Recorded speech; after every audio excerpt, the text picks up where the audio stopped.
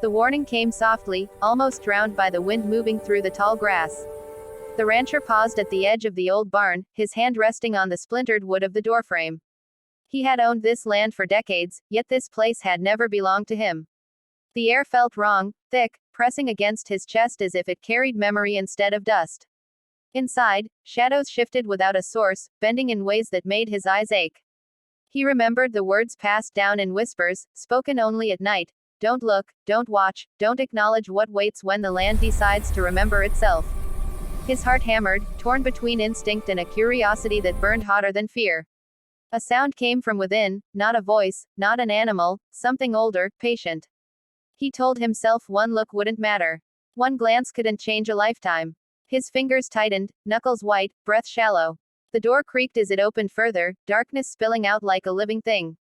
The moment his eyes adjusted, the land seemed to inhale. Whatever was hidden had noticed him. And in that instant, before he could turn away, the warning was already broken.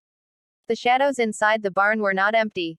They layered themselves, folding into shapes that felt deliberate, watching him watch them. The rancher's breath caught as the temperature dropped, frost crawling along the beams despite the summer heat outside. His mind screamed to look away, but his body refused, held in place by an invisible weight. Images flooded his vision, fields burning, cattle scattering, faces he knew twisted in silent accusation. This was not a place, he realized, but a memory given form, a reckoning preserved by the land itself. The more he stared, the clearer it became, as if the darkness fed on his attention.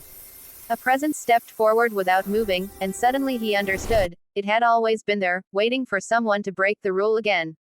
His knees buckled, yet his eyes stayed open, forced to witness truths never meant for him.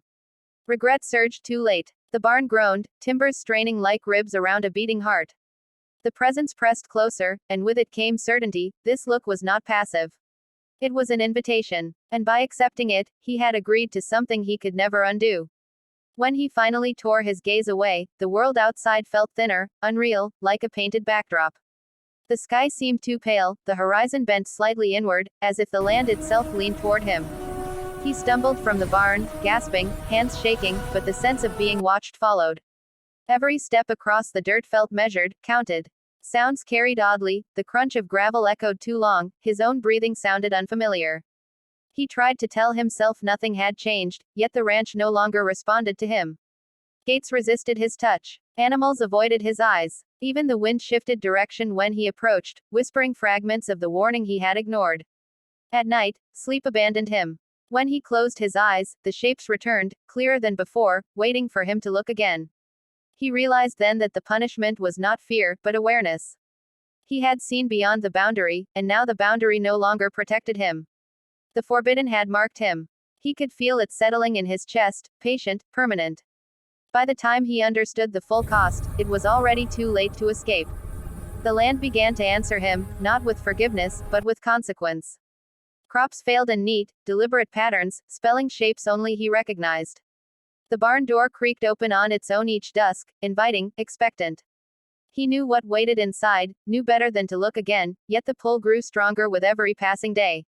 The condemnation was not death, but survival with the knowledge he carried. He would remain here, bound to this place, a living warning carved into flesh and bone. Someday, another would stand where he once stood, hearing the same soft words carried on the wind. And he would try to stop them, voice shaking, eyes haunted, saying the only truth he had left to give: don't. That's forbidden. But he already knew how it would end. They would look anyway.